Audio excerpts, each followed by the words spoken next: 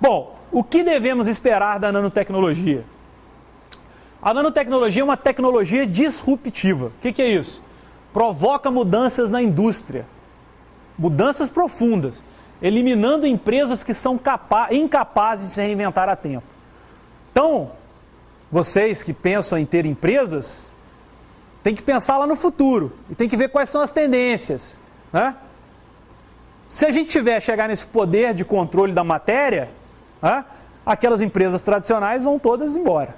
A gente tem que ter empresas que absorvam esse tipo de tecnologia. A nanotecnologia pode mudar a natureza de quase tudo aquilo que já foi feito pelos seres humanos. Ela pode mudar quase tudo. Ela pode mudar a cadeira que você está sentado, deixando ela mais leve, mais confortável. Ela pode ter um controle de temperatura aí, né? Você senta, ela esquenta, esfria, de acordo com como você queira, simplesmente mexendo lá com os átomos, né? Ela pode mudar a roupa que você está vestindo, a sua camiseta pode ser, sei lá, ter condução elétrica, você pode ligar seu celular nela, várias coisas que vocês podem fazer, ok? Terá, né, maior influência que a energia nuclear, os polímeros, a microeletrônica e os computadores, né? Por quê? Porque eu vou estar mexendo com tudo, com quase tudo. Eu vou estar mudando quase tudo, a natureza de quase tudo. Agora você imagina o impacto social que isso não vai causar. O impacto social que isso vai causar vai ser imenso. Lembra daquela história que a gente estava falando? Imagina que eu possa construir qualquer coisa lá que o Smiley estava falando. Eu posso construir dinheiro. Eu posso ter na minha casa uma máquina de dinheiro. Todo mundo pode construir dinheiro. Se todo mundo pode fazer dinheiro, precisa de dinheiro? Não, o dinheiro perde sentido. Certo? Acaba a economia e por aí vai. Então a gente tem que pensar nos impactos sociais também, que são extremamente importantes. Impactos sociais, eu não vou tocar nesse tema, mas tudo é muito importante. Impacto social, impacto ambiental, impacto político. Podem criar bombas com nanotecnologia? Pode. Mas não é por causa disso que a gente vai deixar de fazer nanotecnologia. Alguém pode entrar ali com um taco de madeira, me dar uma tacada na cabeça, eu vou morrer aqui, e não é por isso que a gente vai proibir tacos de madeira. Não é por isso que a gente vai proibir madeira. Certo? Então a gente tem que saber como usar, como é que isso funciona. Bom, aqui tem uma frase do Stan Williams, da HP, que ele fala uma coisa bem legal, ele é diretor de pesquisas quânticas. Eu quero pessoas que sejam muito profundas nas suas disciplinas, mas que saibam conversar com os outros. Se eu vou fazer novos computadores com novos materiais nanométricos, o que eu vou precisar? Eu vou precisar de engenheiros de materiais, vou precisar de químicos, vou precisar de físicos, vou precisar de engenheiros eletricistas, engenheiros eletrônicos, de engenheiros de computação, de cientistas de computação e assim por diante, certo? E se cada um falar uma língua, já era, a coisa não funciona. O cientista da computação, com engenheiro de computação, engenheiro eletrônico, até conversa um pouquinho melhor. Mas como é que ele vai conversar com o químico, com o biólogo, com o físico? Né? Então a gente tem que mudar um pouco a questão da formação. A coisa tem que ser um pouco mais multidisciplinar, né? E a nanotecnologia é muito isso. Ela não é uma área específica. Ela não é, por exemplo, eu vou trabalhar com computadores. Vou trabalhar só com computadores. Vou trabalhar com engenharia, construir prédio. Não vou trabalhar só construindo prédio. Eu tenho que saber mais sobre isso. Então a nanotecnologia é uma mandala, né? Eu fiz uma mandala aqui para descrever. Obviamente que ela está incompleta, mas é um resumo do que pode ser. Então tem um nano no meio, eu tenho física, química, engenharia, informática, computação, biologia, medicina, e aí eu tenho tudo que é desenvolvido, aplicações e tudo mais. Essas áreas que eu coloquei aqui coloridinha, separando, chega num determinado ponto que as bordas são meio borradas. Você não tem uma diferenciação muito grande. E o ideal é que se tivesse uma visão maior de um pouco de tudo. É óbvio que não dá para ver tudo, porque é uma área imensa. Mas, quanto mais eu conhecer, melhor para eu conversar com os meus próximos. Bom, aqui uma imagem que eu tirei de um estudo da Universidade dos Estados Unidos e da cartilha sobre nanotecnologia da BDI. Está na cartilha, se a cartilha está disponível, vocês podem entrar lá na Associação Brasileira de Desenvolvimento da Indústria. Tem essa cartilha sobre nanotecnologia lá que vocês podem baixar. E aqui ele mostra, por exemplo, como é que é a interação entre áreas distintas de ciência. Ele focou na área de materiais, né? Nanotecnologia, mais basicamente, é materiais, desenvolvimento de materiais, principalmente nanociência, né? Então aqui, onde ela colabora? muito proximamente e fortemente com química, com física, com engenharia. Engenharia está até meio misturada aqui, né? Com meio ambiente, com geociência, ecologia, agricultura, medicina, saúde, tecnologias cognitivas e computadores, computação, certo? Então já há uma imensa cooperação em ciência, engenharia de materiais com diversas áreas e muito com computação, né? Muito nessa parte principalmente de nanotecnologia. Bom, qual que é a história da nanotecnologia? Como surgiu a nanotecnologia? Será que a gente pode falar que ela surgiu? Quando começou? Quando as coisas começaram a ser feitas? Como eu posso fazer as coisas? Por que eu posso fazer as coisas? Bom, nano não é novo. É uma coisa muito antiga mesmo. A natureza já domina isso. Por que a lagartixa anda no teto ou na parede? Qual é a cola que a lagartixa tem? Alguém já teve a curiosidade de passar a mão depois que a lagartixa passou? As meninas arrepiam, né? Os meninos também? Não perguntando se arrepia não, se passaram a mão. Ninguém? Nunca pegaram a lagartixa geladinha para ver como é que é? Nunca? Teve gente ali que já, está olhando para os outros. Você já, né? Se você passar a mão lá não tem cola nenhuma, ou pelo menos ela não deixa cola nenhuma, não tem cola. Como é que ela faz para andar? Ela faz o seguinte, ela tem a pata, e na pata dela, nas 4 patas obviamente, tem vários tentáculozinhos que saem dali, como se fossem fiozinhos de cabelo. E lá na pontinha dos tentáculos, aqui nessa partezinha roxa, a gente amplifica para cá, tem uma espátula grande, e a gente vê que lá na espátula tem várias ramificaçõezinhas. Aí se a gente vai nessa ramificação de novo, a gente vê que dentro dessa ramificação tem várias outras ramificaçõezinhas. E assim por diante. Chega lá na frente, nessa ramificação aqui, na pontinha disso aqui, o que eu tenho? O que forma pelos, qualquer coisa? O que são? São átomos, certo? Átomos. E se eu vou diminuindo, eu tenho muito ou poucos átomos ali na ponta? Muitos átomos, né? Na verdade, pouquinhos átomos ali na ponta.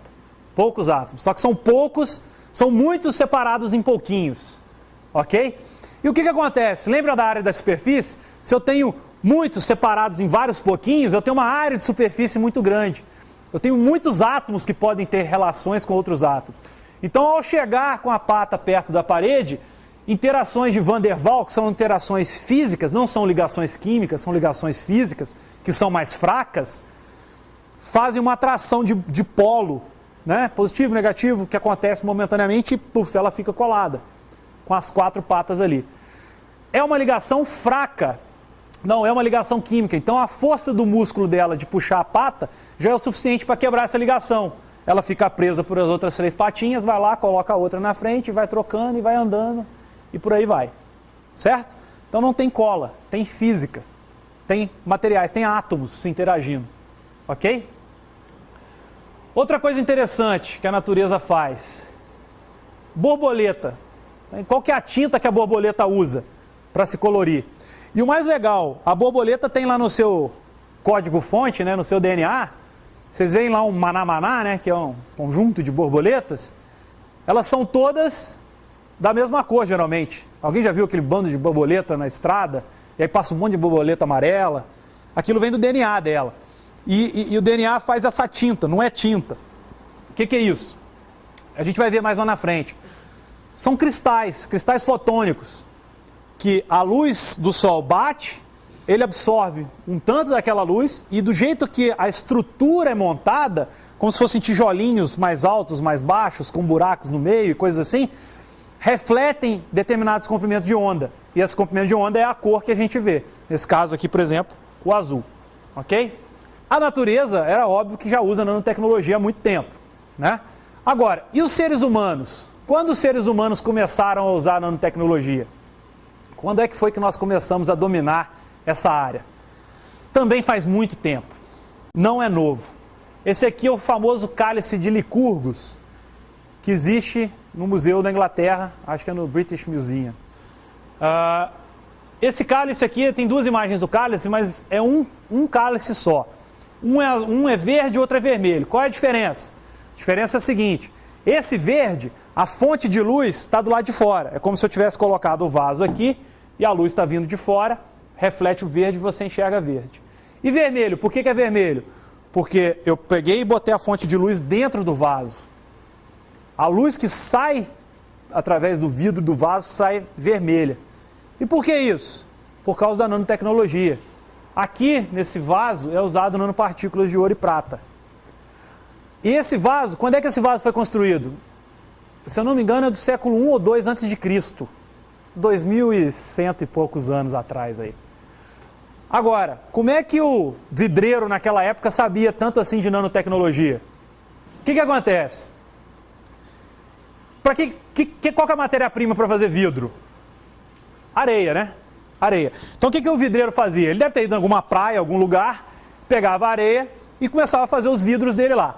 Algum dia, e naquela época, obviamente, não tinha energia elétrica, né? Estava longe disso. Aí ele tinha as velas. Aí o que ele precisava fazer?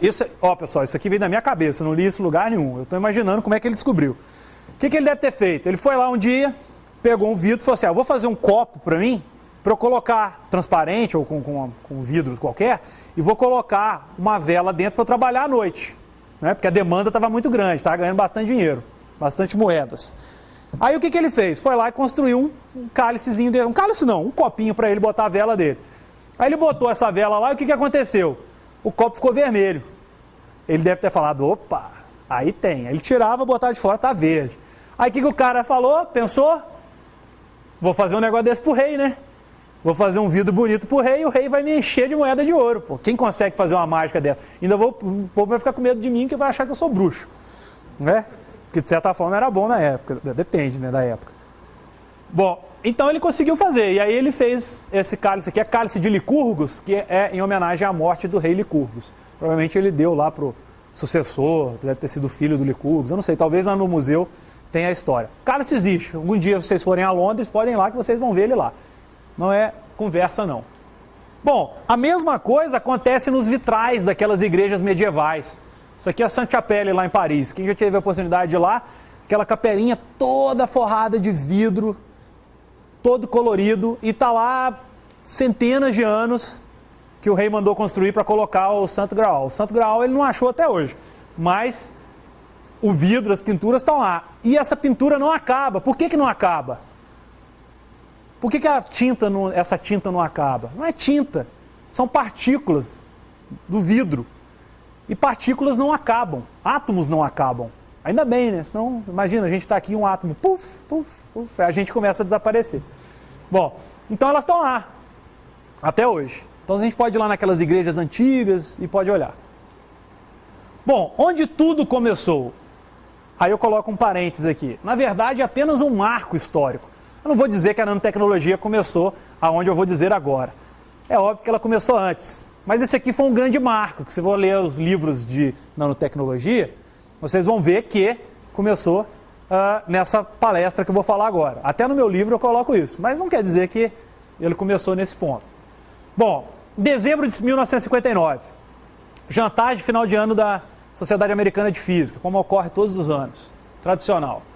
Jantar lá na Pasadena, o anfitrião era o Caltech, e aí convidaram o Richard Feynman para proferir a palestra. Richard Feynman, está aqui a imagem dele, né? Ganhador do Prêmio Nobel, posteriormente, não por isso aqui, por outras coisas. Faleceu em 88, então, de certa forma, foi um pouco meu contemporâneo, talvez muitos de vocês não, vocês tiveram esse azar. E outra coisa interessante é que ele vinha muito ao Brasil, ele gostava do Brasil, né? Até tem um livro dele, eu não lembro o nome do livro. Acho que você deve estar brincando, Sr. Feynman. É uma autobiografia que ele fala bastante do Brasil quando ele ficou no Rio, no CBPF, que é o Centro Brasileiro de Pesquisa Física, e no FRJ. E as passagens do livro dele até não são muito boas, não, que ele mete o pau na educação brasileira. E, de certa forma, ele tinha razão. Ele falava que os alunos só decoravam e aí depois ele ia perguntar as coisas para eles, eles não sabiam nada. Aí quando eu perguntava direitinho como estava no livro, aí os caras respondiam. Aí falou que eles não tinham raciocínio lógico. Nós não tínhamos. Bom, mas enfim, mas ele gostava, tocava tambor, saiu em escola de samba e tudo mais. Era um cara excêntrico e excepcional. Bom, Então o Richard Feynman, nessa palestra, a palestra dele era intitulada Há Muito Espaço Lá Embaixo. E a palestra geralmente era depois do jantar. Então as pessoas receberam lá o programação, né, no jantar, todo mundo formal, e estava escrito lá, há muito espaço lá embaixo. Aí os caras, pô, que raio esse cara vai falar? Será que eles vão falar do nosso baixo salário? Né, que a gente não ganha miséria nenhuma tal, e por aí vai. Aí o pessoal ficou muito curioso. Aí o que ele falou na palestra dele? Ele falou o seguinte, a palestra, um pedaço da palestra. Aí ele fala, a cabeça de um alfinete tem lá o tamanho tal, papapá. Se a gente magnificar, aumentar a cabeça do alfinete 25 mil vezes o seu diâmetro, vai ser exatamente a área de toda a enciclopédia britânica. Alguém aqui conhece a enciclopédia britânica? Não, né? Hoje você só conhece a Wikipedia. Bom, a enciclopédia britânica, nós que somos assim um pouquinho mais velhos, tinha a Barça, né? Estudou na Barça, não estudou? Conhece sim, porque nós estudamos nisso. Tínhamos a Barça em casa, que são aqueles volumes e volumes de livros e tudo mais. Imenso, era a Wikipedia da época, que os caras vendiam batendo na porta, de porta em porta e tudo mais. Bom, então ele falou o seguinte, se eu aumentar a cabeça do alfinete 25 mil vezes, dá exatamente a área de todas as páginas da enciclopédia britânica, que era a maior enciclopédia da época. Aí, o que ele falou? Bom, então vamos pensar o contrário. Se eu reduzir a enciclopédia britânica 25 mil vezes, eu posso escrevê-la na cabeça do alfinete. Né? Aí o que ele fez? Ele pegou a página, calculou mais ou menos qual era o tamanho de um pixel da enciclopédia. Aí calculou quantos átomos tinha na cabeça do alfinete. Aí ele chegou à conclusão que, mesmo ele diminuindo a enciclopédia britânica 25 mil vezes, ele falou que um ponto ia ter 1000 átomos de área. Ou seja, tem muito espaço lá embaixo. Né? Isso que era o título da palestra dele. Há muito espaço lá embaixo. Ou seja, no cabeça do alfinete eu não posso escrever só a enciclopédia britânica, eu posso escrever até muito mais do que a enciclopédia britânica. Certo? E aí ele fez uma palestra que, de certa forma, instigando os seus colegas físicos a por que não fazer coisas cada vez menores? Por que não explorar essa possibilidade da nanotecnologia? E aí ele trouxe muitas questões interessantes. Só que, de um modo geral, ele pensando simplesmente em miniaturizar, não pensando muito que aquilo tinha propriedade diferente, mas ele sabia que tinha. Bom, continuando sobre a questão da palestra, ele propôs um uso de um equipamento de miniaturização em sequência. Ele falou, como é que eu posso construir coisas cada vez menores? E naquela época, 1960, a questão da robótica estava começando a desenvolver muita coisa no negócio de pesquisas espaciais também e tudo mais. Ele pensou em criar uma mão, como se fosse ele construísse um objeto com a mão, aí tivesse uma outra mão que construísse aquele objeto na metade do tamanho. Uma outra mão que construísse aquele objeto metade da metade do tamanho e assim por diante até chegar na escala pequenininha. Obviamente que era uma ideia muito maluca dele. Né? Então ele queria uma linha de produção em nanoescala. Só que interessante é que ele fez 2 desafios de $1000 na época. Né? Ele era um professor lá, também não ganhava muito dinheiro, como todos nós professores. E aí ele falava o seguinte, olha só, eu quero 2 desafios. Primeiro, eu vou dar $1000 para o primeiro cara que chegar aqui e pegar uma página de um livro qualquer e escrever na escala de 1:25 do tamanho original. Eu dou $1000. E o outro desafio era o seguinte, ele falou que queria fazer uma coisa mecânica, uma coisa que funcionasse, né? Uma parafernália mais interessante. Aí ele deu um desafio de $1000 para quem conseguisse construir um motorzinho elétrico que fosse do volume de 1/64 polegadas de cubo. Bem pequenininho. Bem pequenininho. Aí o que aconteceu com ele? Esse foi em 1959. No ano seguinte, esse cara aqui, o William McLellan, que era um engenheiro que trabalhava numa empresa lá, que tinha um laboratóriozinho daqueles de garagem em casa, conseguiu montar esse motorzinho. O que ele fez? Ele pegou lá uma lupa gigante, ficou trabalhando, foi pegando fio pequenininho e conseguiu fazer um motor elétrico funcionar, levou lá para o Feynman ficou extremamente desapontado, tem até um livro que brinca, que fala que o Feynman ganhou um motor, mas perdeu a aposta, de certa forma, ele queria ganhar uma tecnologia nova, eu acho que ele subestimou o tamanho, né? Ele falava assim, desse tamanho ninguém vai conseguir fazer algo que já existe, ele vai ter que mudar a tecnologia. Mas o cara conseguiu fazer. E aí ele não teve jeito, teve que pagar os $1.000 pro cara lá, foi um prejuízo danado para ele. Mas ele achou legal, aí deixou lá na porta da sala dele, lá do gabinete dele, lá na universidade, o motorzinho lá funcionando, rodando, você podia chegar com a lupa lá e ficar vendo o motorzinho funcionando. Bom, agora o outro desafio, então, você poderia que Feynman foi roubado, ele perdeu $1.000 e não ganhou uma nova tecnologia.